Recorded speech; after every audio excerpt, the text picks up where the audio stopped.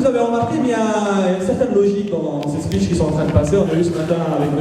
Hersen, on a eu qu'est-ce que l'information, donc les données macro à tirer afin d'analyser les futures opportunités. On a eu M. Loubard qui nous a expliqué qu'est-ce que l'innovation. Car effectivement, quand on tire une idée, il ne faut pas oublier qu'il y a sûrement de la concurrence ou pas. Et en fait, cette idée-là, il faut la faire mûrir avec les autres, afin de la faire mûrir et d'avoir de l'innovation. Je peux vous assurer que dans le groupe Danone, partout dans le monde, on a eu des innovations de la part de tout le monde, à part le marketing. Alors c'est censé être ma tâche. Mais bon, c'est-à-dire ces personnes-là qui sont extérieures à notre environnement ont une meilleure vision, car nous, on a une vision biaisée. Nous sommes habitués à ça. Nous sommes habitués à un marché où il y a des yaourts, et je fais sortir un parfum, demain c'est la banane, le lendemain c'est l'orange, afin d'animer la gamme, tout comme M. Loubard l'a expliqué. Mais ces personnes-là qui sont extérieures à nous donnent une meilleure vision du marché et nous donnent une meilleure vision de l'idée et de l'innovation. Alors n'hésitez pas à partager votre idée avec la personne qui est devant vous actuellement et d'en parler. Enfin, plus après les workshops, car là maintenant on a une autre personne, un autre intervenant. En fait, le gars c'est une pointure, c'est notre pointure, et aujourd'hui on n'a que des pointures dans les balais. On a parlé ce matin de données macro, de l'information en elle-même, et afin de tirer l'idée qui pourrait marcher. Monsieur Loubard vous a expliqué comment on peut innover et comment la concurrence peut contribuer à l'innovation, car la concurrence est le facteur principal de l'innovation, mais surtout comment gérer son équipe, comment partager, inspirer cette équipe afin d'aller de l'avant et de réaliser cet objectif-là. Maintenant, on va parler de chiffres. Voilà, ça ne réjouit personne, ok? On va parler de chiffres. Donc, la personne qui va venir, en fait, c'est une personne bien spécifique parce que c'est l'exemple parfait de la réussite. La personne, elle a commencé en tant qu'analyste financier au niveau de la BNA. Aujourd'hui, Monsieur Hamessi est directeur chargé de l'Agence nationale du développement et de l'investissement, plus connu sous le nom de l'ANDI. Mais il était aussi directeur général d'un fonds de garantie et responsable financier au sein d'une grande multinationale. Mais c'est pas tout. Il est membre du comité dédié à l'amélioration de l'environnement des affaires, donc Doing Business. Et c'est grâce à lui que maintenant nous allons passer au volet financier, donc le volet de l'investissement. On a eu notre idée, on a eu l'innovation, on va passer à l'investissement. Ça parle d'argent. C'est Monsieur Hamessi, je vous prie de l'applaudir bien fort.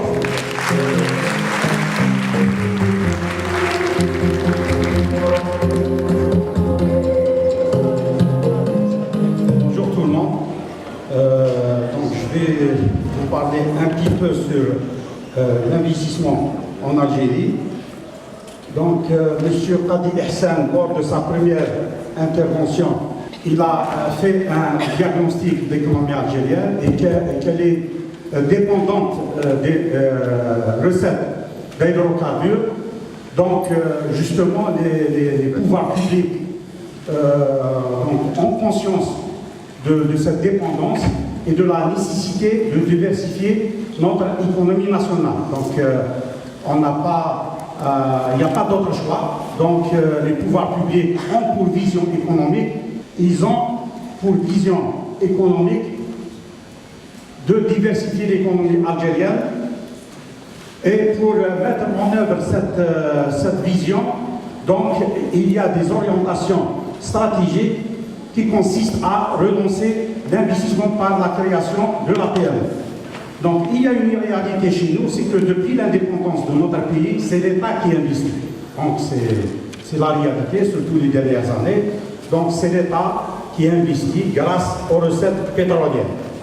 Donc dans le futur, donc, ce qui est préparé par les pouvoirs publics, c'est qu'on doit orienter les promoteurs, surtout les jeunes, à créer leur propre entreprise, leur propre business. Le premier axe stratégique, c'est le renforcement des structures de création. Donc, chez nous, en Algérie, donc, il y a plusieurs dispositifs de création d'entreprises. Le dispositif le plus connu, c'est l'ONCED. Il y a aussi la CNAC, mais il y a l'ANDI. Donc, la spécificité, c'est que la CNAC et l'ONCED sont des dispositifs socio-économiques destinés aux jeunes chômeurs. Mais l'ANDI, elle est destinée à tous les promoteurs, donc il n'y a pas de spécification. Donc c'est tous les investissements qui sont éligibles. Donc, autre distinction de taille, c'est que l'ONCED et FNAC, c'est destiné à monter des projets limités à 10 millions de dinars, à 1 milliard de centimes. Par contre, pour l'ONDIC, c'est illimité. Donc, à côté des dispositifs de création d'entreprises, il y a des dispositifs donc, de soutien. Il y a un principal dispositif, c'est l'amélioration de la compétitivité des PME. Juste une précision, quand on parle de PME, en Algérie, plus de 93% des PME, c'est des très petites entreprises.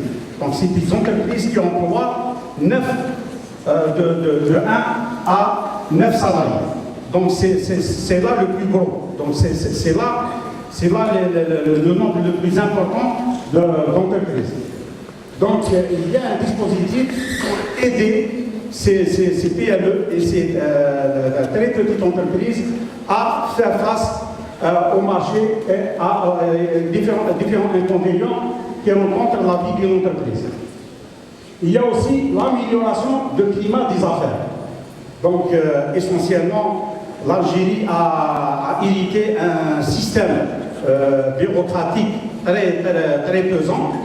Donc, il y a l'héritage français, le colonialisme français. Les Français sont les plus bureaucrates par rapport aux anglo-saxons. Mais après l'indépendance, on a eu une expérience de socialisme où il y a une centralisation dans toutes les affaires de l'État et de l'économie. Donc, il y a un effort qui est en train de se faire pour améliorer le climat des affaires. Il y a eu plusieurs diagnostics qui sont arrivés aux mêmes conclusions. Pourquoi l'investissement n'est pas renoncé en Algérie? Pourquoi on ne voit pas une relance de l'investissement? Donc, la première contrainte, c'est le foncier.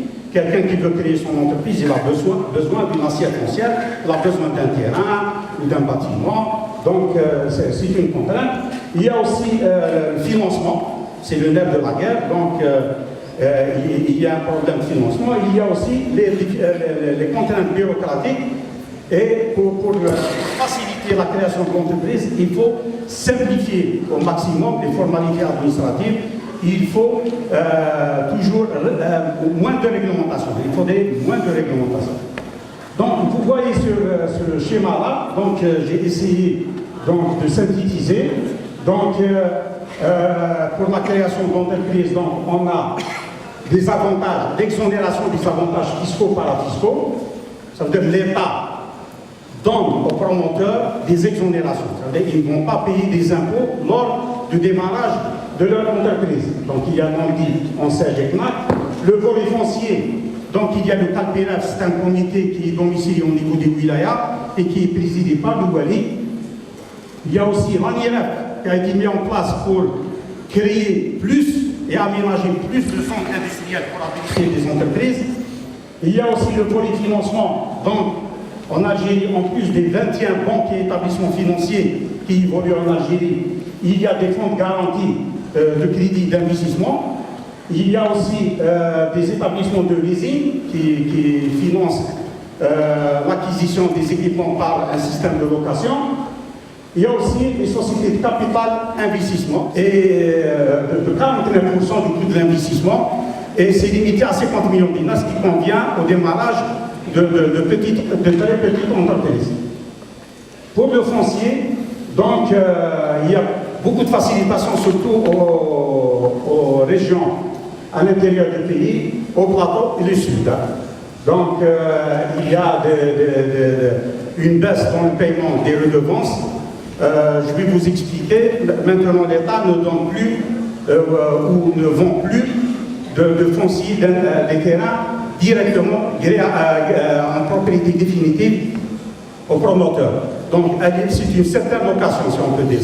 C'est une forme de concession où le promoteur, il paye, chaque année, il paye une redevance. Donc, il y a certaines facilités concernant le paiement de la redevance. Mais il faut déposer un dossier au niveau du CALPEREF, du secrétariat du CALPEREF. Dans chaque wilaya, il y a une direction qui s'occupe de la promotion de l'investissement, de la PME. Donc, ils peuvent déposer leur dossier au niveau de ce secrétariat. Donc, pour l'ONDI, revenons maintenant à l'ONDI. L'ONDI, c'est une agence nationale de développement de l'investissement.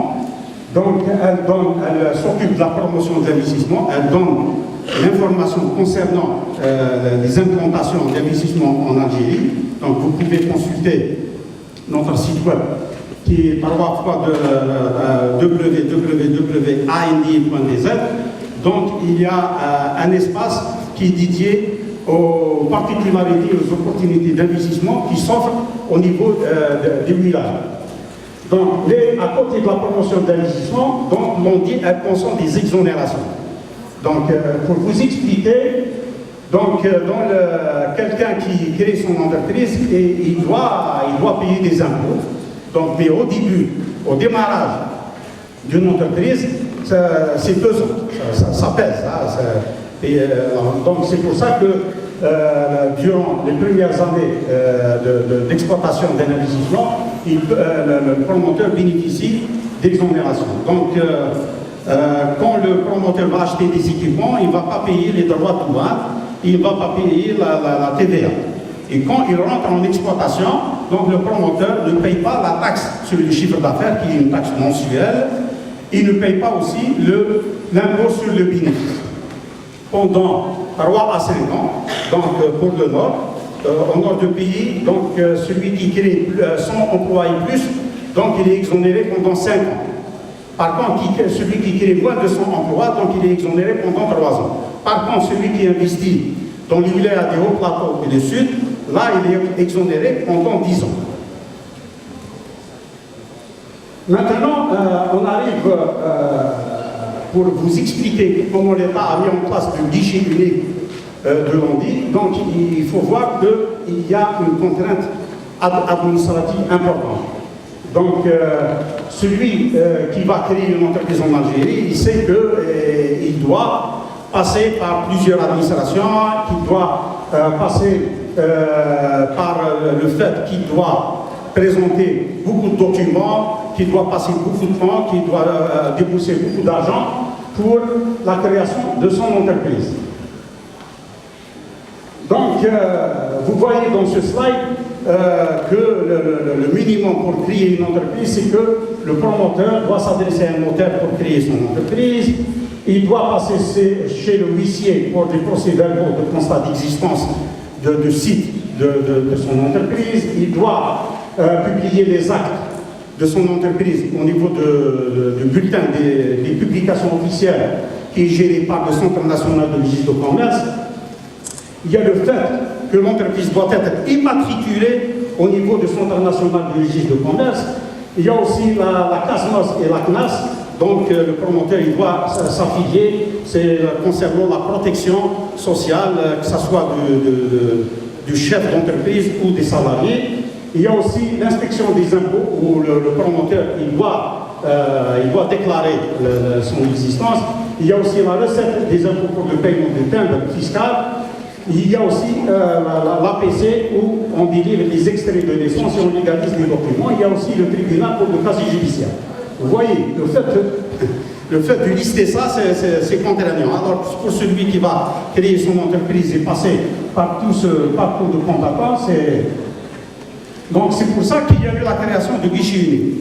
Je vais expliquer, donc c'est quoi un guichet unique? Donc c'est un arrêt unique qui offre une multitude de services. Donc le concept a été créé aux États-Unis, c'est le One Stop Shop. Ça a été créé la première fois, c'est pour les gens qui ont des besoins de prestations concernant leurs voitures. Donc ils ont besoin d'un espace où ils achètent les voitures, ils achètent la pièce de rechange, ils ont besoin de la maintenance, ils ont besoin de... Donc, par l'évolution des choses, donc, le guichet unique pour la création d'entreprise est devenu, c'est un centre de formalité administrative pour la création des entreprises. Pour vous simplifier la chose, il y a un exemple de guichet unique, c'est l'aéroport. Donc, un voyageur qui va passer par l'aéroport, donc il a certains besoins, donc il va trouver dans le même espace, il va trouver la banque, il va faire le change, il va trouver les agences de voyage pour acheter les billets, il peut trouver donc, des restaurants où il va se restaurer. Donc il y a la pharmacie où occasionnellement s'il a besoin de médicaments, donc il va passer. Donc c'est des prestations qui sont données au niveau d'un même espace où le consommateur n'a pas besoin de se déplacer ailleurs.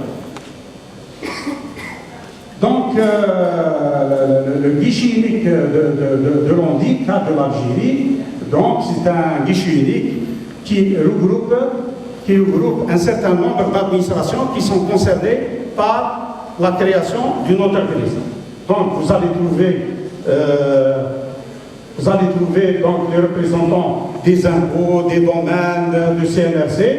Il y a aussi les représentants de l'environnement, de l'urbanisme, du CAPIREF. Il y a aussi les représentants de la CAS Nostra nationale concernant l'emploi et la protection des salariés. Il y a aussi les cadres d'accueil de l'ONDI eux-mêmes. Parce que dans le guichet, il y a deux compartiments. Il y a un compartiment de l'ONDI proprement dit qui s'occupe de la délivrance des décisions d'octroi des exonérations fiscales. Et il y a aussi les autres administrations. Donc c'est pour la finalisation des formalités.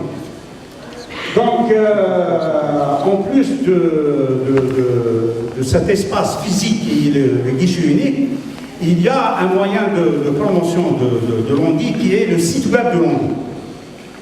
Donc, qu'est-ce que vous pouvez avoir comme service au niveau de ce site web? Il y a la possibilité de déclarer son investissement via le site web de l'ONDI.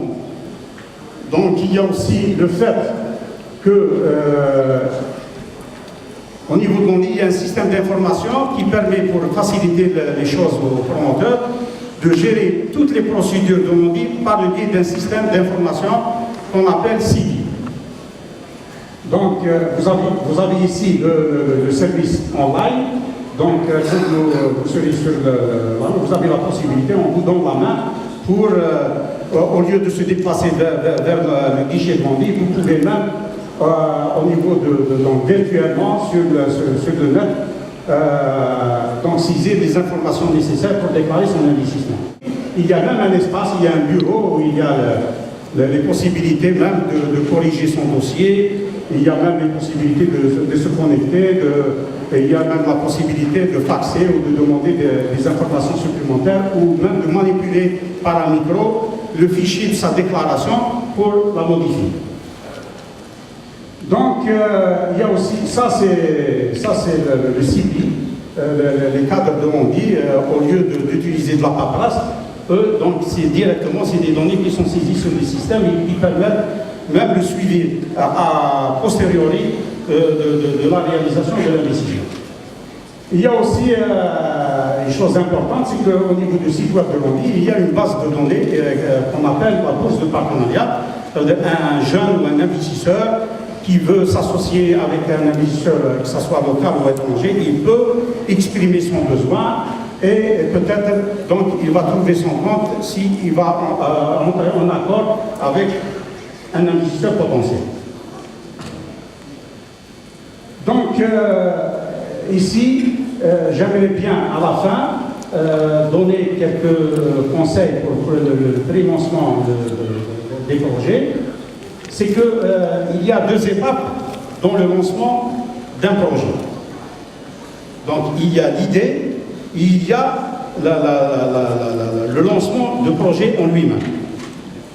Donc l'intervenant précédent, il a bien détaillé sur l'aspect d'innovation. Donc j'aimerais bien préciser seulement que l'idée d'un projet innovant, ce n'est pas uniquement par la technologie. Donc on peut innover donc par le procédé de fabrication, par le concept lui-même de comment vendre son produit. On peut innover même par un système de domiciliation de son entreprise. Et on est dans l'ère des nouvelles technologies, donc il y a des entreprises là, qui vendent uniquement par le net, mais donc ça commence chez nous, mais c'est toujours, il y a certaines contraintes parmi eux la signature électronique, il y a aussi plusieurs points. Mais ce que j'insiste dessus, c'est que quelqu'un qui est au stade de l'idée, il doit impérativement définir les besoins et les applications visées en termes de commercialité de son projet. Aussi, il faut positionner le projet par rapport aux offres concurrentielles. Vous savez, moi, il y a un consultant expert international qui s'appelle Carter. Il a détaillé plusieurs facteurs d'avantages concurrentiels et parmi eux, le plus important dans ce cas-là, c'est l'avantage du prime entrant. Donc, on peut, c'est facile quand on intègre un marché parce qu'on introduit un produit pour la première fois, mais c'est plus difficile d'intégrer un marché où il y a des activités qu'on dit que c'est saturé. Donc, M. Hadi Hassan, au début, donc, il a expliqué ça, par exemple, pour certaines activités, ou même si on dit que c'est saturé, donc il y a le challenge, il y a le défi qu'un jeune, surtout les jeunes, qui doivent se poser. À la fin, je vais faire un défi, je vais être innovant par exemple, le ciblage de son activité. Donc il y a toujours des niches au niveau du marché qu'on peut exploiter. Il y a aussi la manière commerciale, la façon d'attaquer son marché. Il y a aussi, sur le plan technique, il faut bien maîtriser le processus technique de son projet. Et pour les gens, surtout les techniciens, les étudiants qui arrivent à développer des choses, donc pour être convaincants, ils doivent utiliser leur process technique. Ils doivent, pour ceux qui ont créé quelque chose, d'avoir un prototype. Il ne suffit pas de se convaincre soi-même, mais il faut qu'un promoteur soit capable de convaincre les autres, surtout les bailleurs de fonds, surtout les gens qui peuvent l'aider pour concrétiser son projet. Sur le plan juridique, ça c'est important, moi je le vis quotidiennement vis-à-vis des problèmes rencontrés par des investisseurs. Donc, les promoteurs ne donnent pas assez d'importance aux trucs juridiques. Il faut toujours, avant de lancer son entreprise, au stade de la réflexion, il faut réfléchir, est-ce qu'il n'y a pas de contraintes juridiques, est-ce qu'il n'y a pas des autorisations à avoir, est-ce que la réglementation, est-ce qu'elle va changer, est-ce qu'elle va rester stable. Donc il faut prendre en considération le volet juridique. Sur le plan organisationnel, surtout en termes d'encadrement de son entreprise, il faut bien choisir ses associés ou ses collaborateurs. Il faut bien cibler les profils, il faut bien les préparer. Il y a des entreprises qui se lancent, il y a même de grands projets qui se lancent, mais qui sont freinés parfois par le manque de compétences. Ils n'ont pas prévu donc les gens à recruter, ils n'ont pas pensé, même si on a à les former, ça c'est très important.